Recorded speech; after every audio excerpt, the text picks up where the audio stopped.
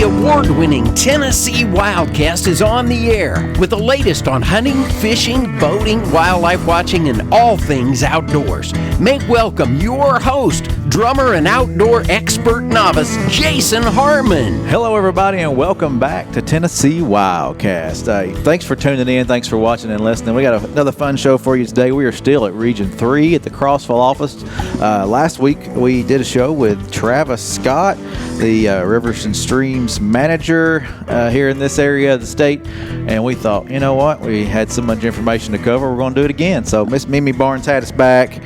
She's our regional outreach and communications coordinator here in this area, and it's going to be another fun conversation all about trout. Yeah, a lot to cover. Yeah, so thanks for coming back, Travis. No problem. I'm looking forward to it. Just real quick, if you missed last week's show, tune in on our podcasting apps, scroll back down on the Facebook feed, check out our YouTube channel.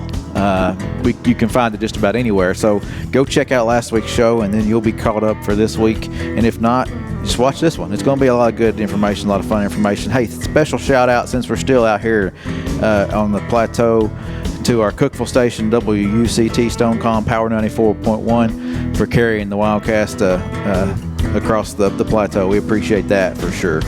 I think that's about it. Travis, remind folks who you are. You've been on the show multiple times. This is not your second show. You've been with us multiple times. We went to the hatchery there in Tellico and had you on different times, but share with folks who you are and kind of a little bit of your background. Sure. I've been working for TWRA mostly in fisheries for about 23 years.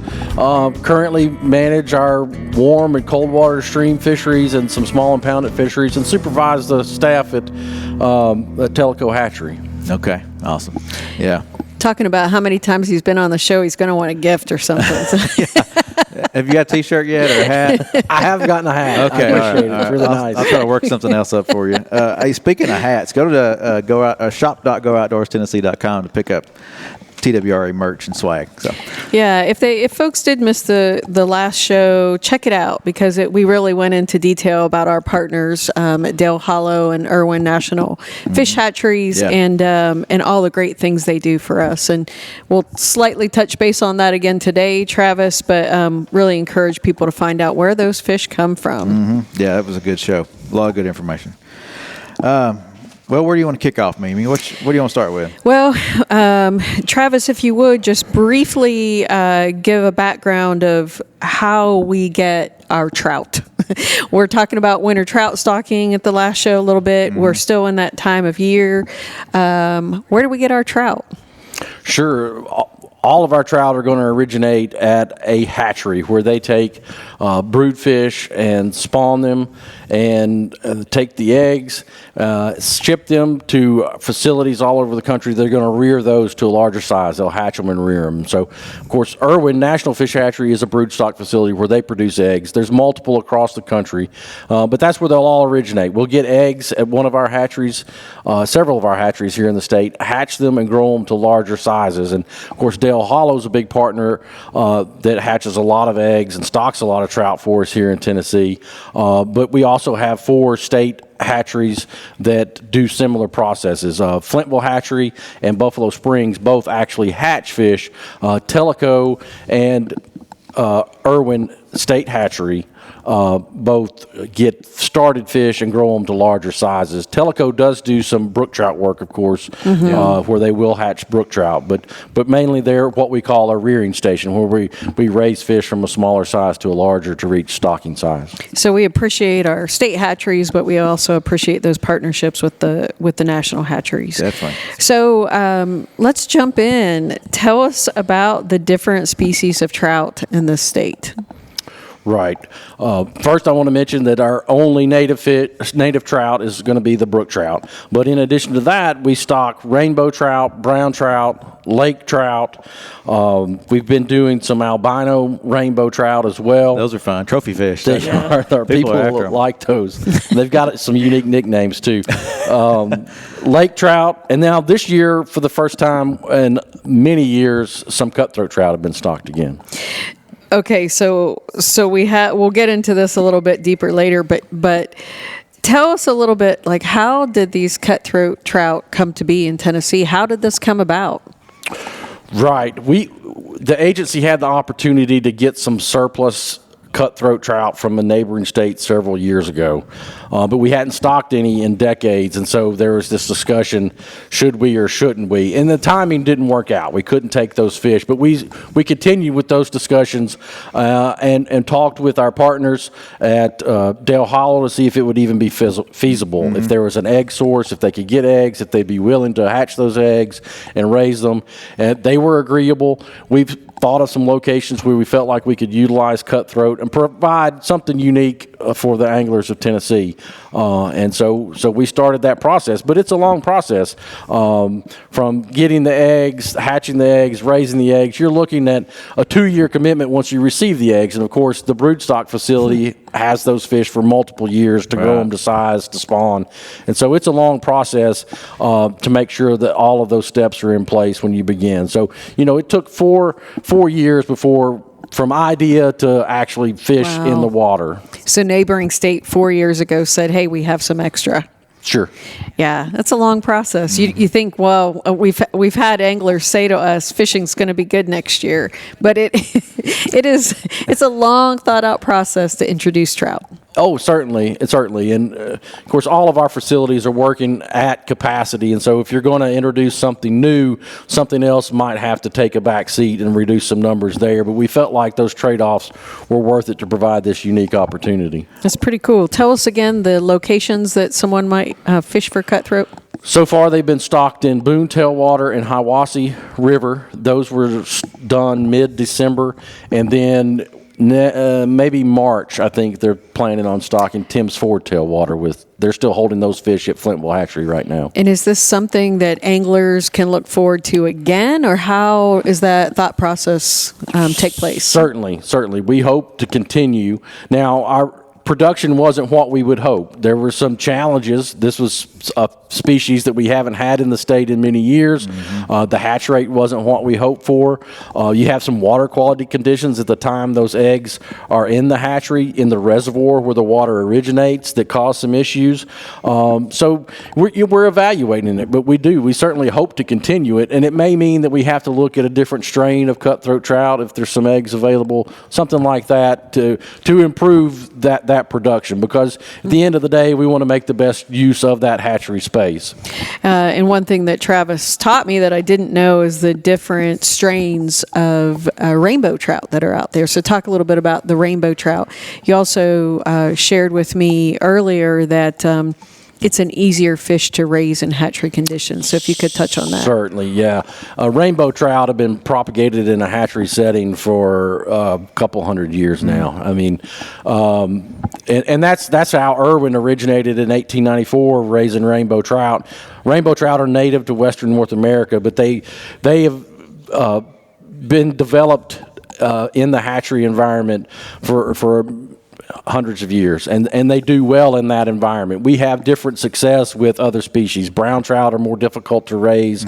Our brook trout we've had issues with, and we're trying a different strain of brook trout now. Irwin National Fish Hatchery is to try to get a good success rate, because those fish are taking up the same amount of space. If they're going to produce less, we need to find something that maybe produces more. And so that's what they've done. They've switched from a Soda Lake strain of brook trout at Irwin to a sandwich strain at Irwin to see if they can get better production, a better hatch rate on those brook trout. That's some of the struggles that people don't hear about. You guys are out there working hard to provide the best fishery you can for the fishermen, and they don't know that sometimes it just doesn't work out. Sometimes these fish don't do as well, so you got to go back, punt, try again, and you're working hard to find that fish that works well. Certainly, and historically, Irwin didn't have brook trout there. That was something that the supply for brook trout eggs was limited, but Irwin was willing to work with us and partner to begin that process of holding a brood stock there, and they've since transitioned to try to improve that. But they have several 3 to 4 strains they'll keep of rainbow trout there as well, and what that does is provides fish at different times of the year. Okay. Some of those those fish will spawn in the fall, some will spawn in the spring, and there's some things you can do with water temperature to expand that over a longer period of time. So they have eggs available throughout most of the year, and they're shipping to facilities all over the country. And most of our facilities benefit, our trout facilities benefit from those eggs at Irwin. Yeah, the science that goes into it blows me away, and I'm always so impressed with fisheries and the amount of science and work they do to ensure the best fishery across the state of Tennessee. And these two hatcheries that we talked about in the previous show, they impact stocking across the entire state. So go ahead and finish up with lake trout, and you mentioned brook trout a little bit. Right. Brook trout are stocked in some of our tailwaters around the state. We haven't had any brook trout the past couple of years. Like I said, we've been working with this different strain. And so this, I think, was the first year that they've spawned those brook trout, so potentially in the coming year. But what they've found is it sounds like maybe this sandwich strain is those brood fish don't do well until they're a full 3 years old. So it may be an additional year before we get really viable eggs from that facility. Real quick, what kind of bread do you like with the sandwich strain? Is it better with honey wheat or A nice sourdough. Okay, good. Thank you. So rainbow, cutthroat, brook. Lake trout, we mentioned lake trout. There's yeah. 2 reservoirs we have in northeast Tennessee, South Holston Reservoir and Watauga Reservoir, where we stock lake trout, and they do provide fisheries in those. It's a deep water fish. It's going to be in the deeper waters of those reservoirs. And then our browns. Right. Brown trout, they're a little more difficult to produce. All of the brown trout in Tennessee are going to come from Dale Hollow, and they're mainly going into tailwaters around the state for fishing. I think there's 6 tailwaters that receive brown trout currently. Very cool. So a lot of different trout opportunities, and we know that we have anglers that go for all of those. Oh, certainly. They want the Grand Slam for the year, which is pretty exciting to add cutthroat to that this year for them. It is. We used to call it a Tennessee triple because we just had rainbows, browns, brooks, and now we throw cutthroat in too, so you can have a true Grand Slam. I like That's that. pretty Tennessee cool. triple plus one. When we posted recently on our social media about the cutthroat being stocked there at Boone, I know, and the excitement around that was great. You know, people were tagging other people saying, "Hey, check this out. Have you seen this? We got, let's go after them." So people are excited about it.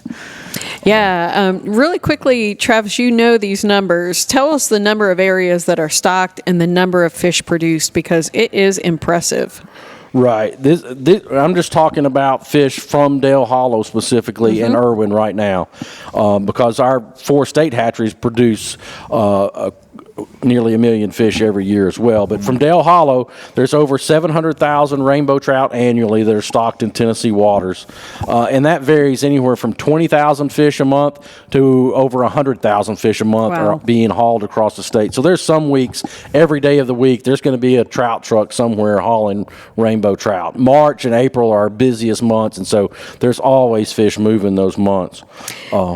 Yeah, and we'll keep going. I don't want to interrupt you, but it leads me to other questions. And and those rainbow trout are going into 11 tailwaters. These are areas directly below dams that have those cold water releases for trout. They're going into 6 reservoirs.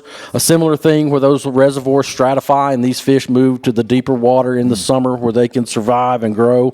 And then Dale Hollow produces a lot of fish that go into our winter trout program that we talked about earlier. Yeah. There's 22 locations in every region across the state that are receiving fish that originate from Dale Hollow at some point. so there's opportunity, even this cold water fish, there's opportunity across the state, which Yeah. I think is so impressive. I appreciate And that. take your limit. We encourage. Yeah, oh yeah, certainly. And then we also have an agreement with Dale Hollow that they raise trout up to a certain size that are then shipped to Tellico. And so all of Tellico hatcheries trout originate at Dale Hollow, and they're hauled from Dale Hollow to Tellico, grown to a larger size, and then stocked in the waters that Tellico hatchery stocks.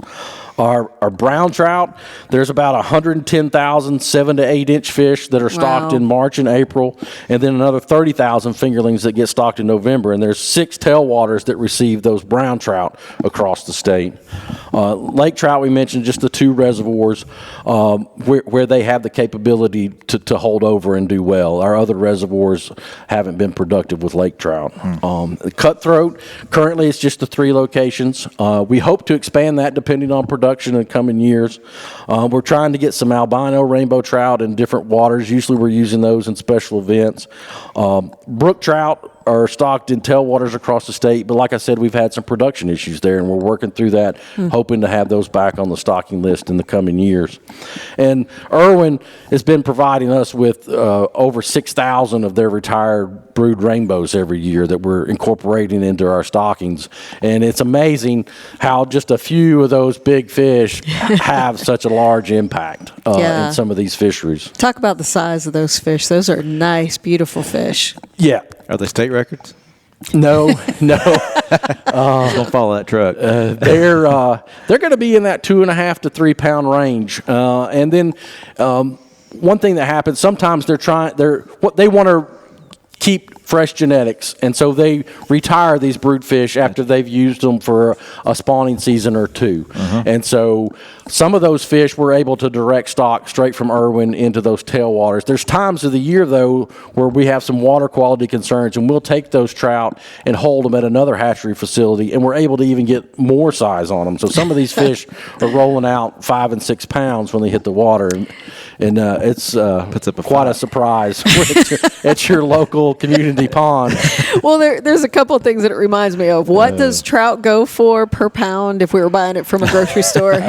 Last time I checked, it was at least $10 a pound. So Wow. The return for your fishing license investment can be pretty good this time. Yeah. But the other thing that is impressive to me is how well these fish are cared for. So you think about these old brood fish, they're in great shape. I mean, they really are beautiful fish being pulled out of the water. Oh, certainly, yeah.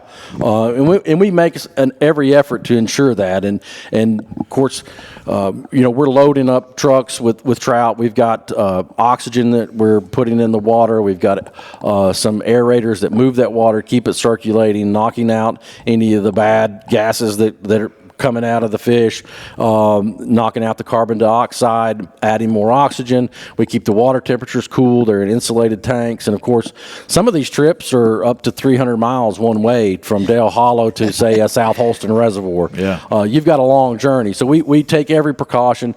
And you're limited on what you can haul on a truck because, at the end of the day, these trout are hauled in water. And so water weighs a lot by volume.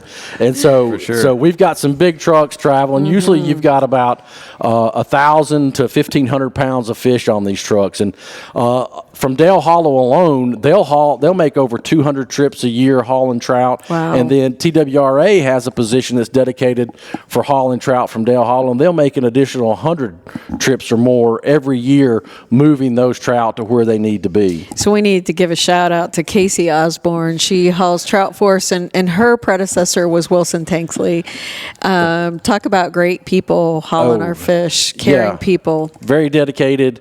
Obviously, they'll as they're driving, they're going to pull over and check on those fish and make sure everything's functioning. You don't want an aerator to go out or your oxygen to run out. And so they do everything they can to make sure when those fish arrive at the boat ramp that they're ready to swim off and be there for our anglers to catch. Wow. And they're putting in some long days. I mean, obviously, if you're traveling 300 miles with a load of fish, it's going to take you a while to get there. I know they listen to podcasts.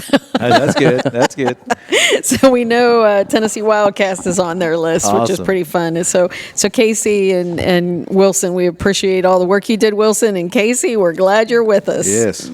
That's cool to know that there are protocols there for them when they're traveling, stopping and checking things out. It's long trips. Oh, certainly. Yeah. And of course, that becomes even a bigger factor depending on the time of the year. Right now in the winter, the air temp's cold enough that you don't have to worry about your water warming up. But if you're hauling fish in the summer, you're going to want to put some ice in that truck, maybe some salt to calm the fish, to make sure when they arrive where they're going, that water hasn't reached a level that's critical for the trout. Cool.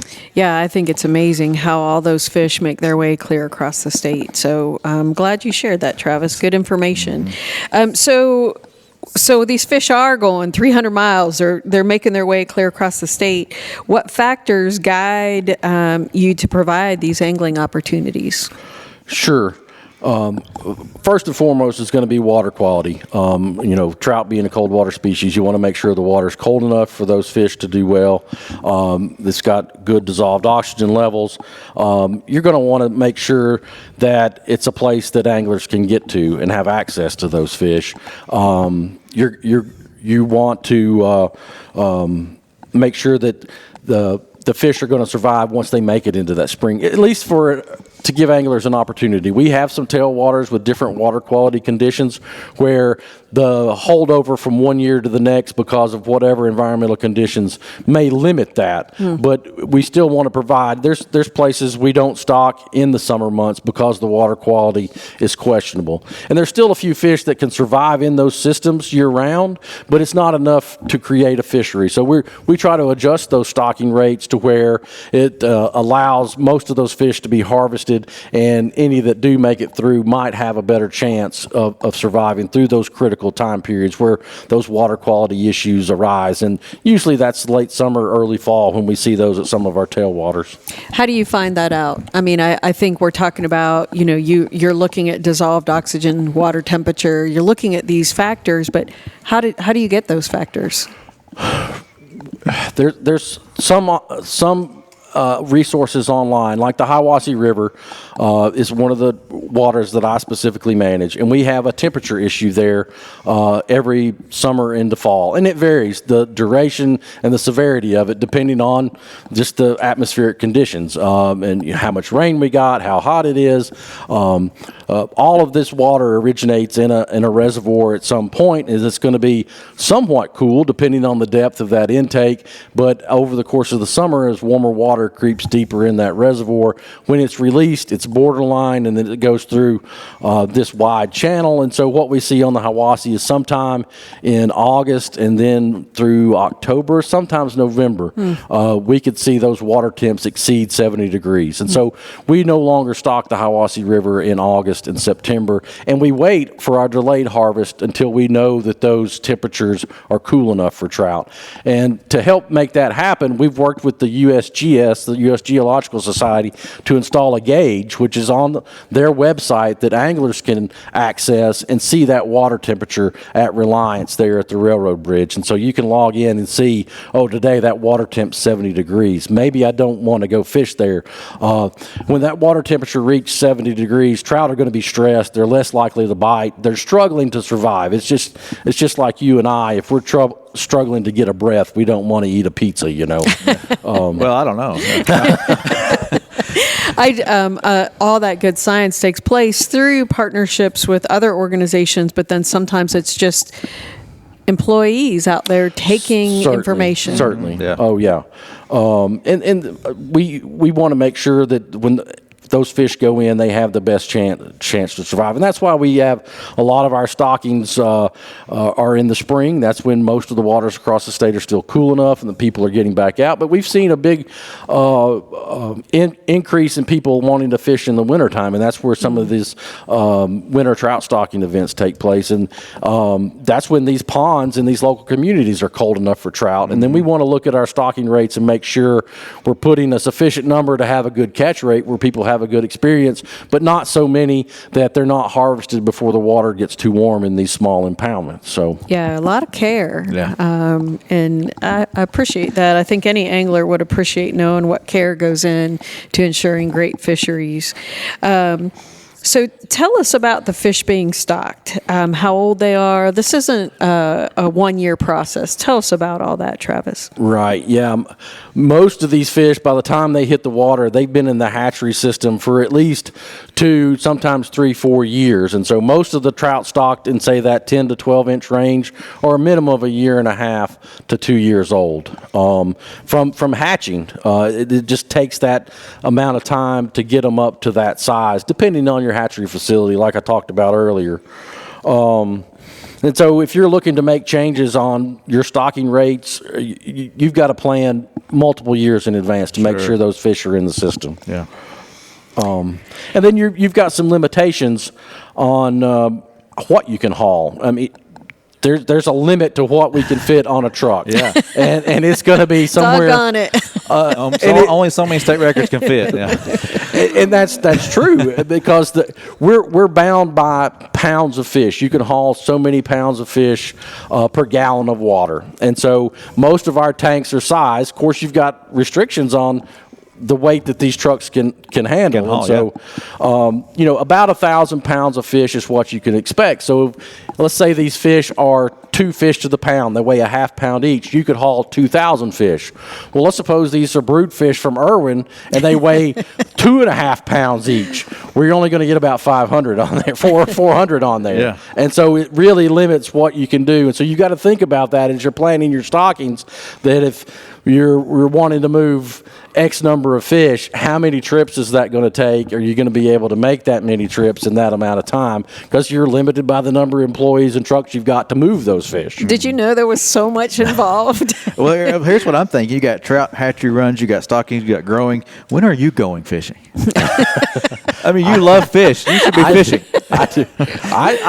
I know where some good spots are, so I try to get to those spots whenever I can. And one other thing that you've mentioned to me is that feed conversion rate. Right. We were talking about what goes into production. When these fish first hatch and they're small, you can get some really good feed conversion rates. And what that means is the amount of food it takes the number of pounds of feed it takes to get a pound of fish, let's say. And so when they're small, they can convert that feed at a high rate. But as they get bigger, that feed conversion slows down, and so it takes more pounds of feed to add another pound of feed to those trout. So they even know how much food to order, which blows me away. That's crazy. I know we're going to need to wrap up here soon, but one of the things I want to mention is, Travis, tell people where they can buy their license. Tell them what licenses they need to trout if they're fishing for trout. Yes, you're going to need your combination hunt and fish license, and you're going to need a trout stamp, and that will get you most places. Now, there's different ways to get to that. Like the senior citizen's license, that's going to cover your trout stamp. And so most people that have some type of senior citizen's license, they don't have to worry about that trout stamp. Most people will, and those can be purchased at Go Outdoors. GoOutdoorsTennessee.com. I thought we were going to do unison. Yeah, GoOutdoorsTennessee.com for sure. Or your local regional office. Yeah, licensed agent. So. Regional offices. And the other thing I want to be sure to mention is, where can people find out stocking dates and locations? There's stocking dates. We have a link on our website at tnwildlife.org. It's updated twice a week, usually on Wednesday and Thursday, and you can search a specific water body, and it will tell you the last time that water body was stocked and with what it was stocked with. And so that's a good resource for folks that are wanting to know, hey, have they stocked the Hiwassee River? Perfect. And you could go in there and see those stockings Perfect. at tnwildlife.org. Yep. tnwildlife.org. Yeah. Travis, thank you so much. What a great bit of info. Yeah, this has been fun. We'll have to get back together. I think Del Hollow and Irwin are the next stops, maybe, and some cool science y'all are doing with fin clippings and some other stuff that might be coming down the pipe. Certainly, yeah. So we'll be back with more fisheries on Wildcast for sure. Yeah, remember tnwildlife.org, and we thank you guys for being with us. We'll see you next time. Thanks for tuning in. Stay connected with TWRA by visiting our website at tnwildlife.org and follow us on Facebook, Twitter, and Instagram.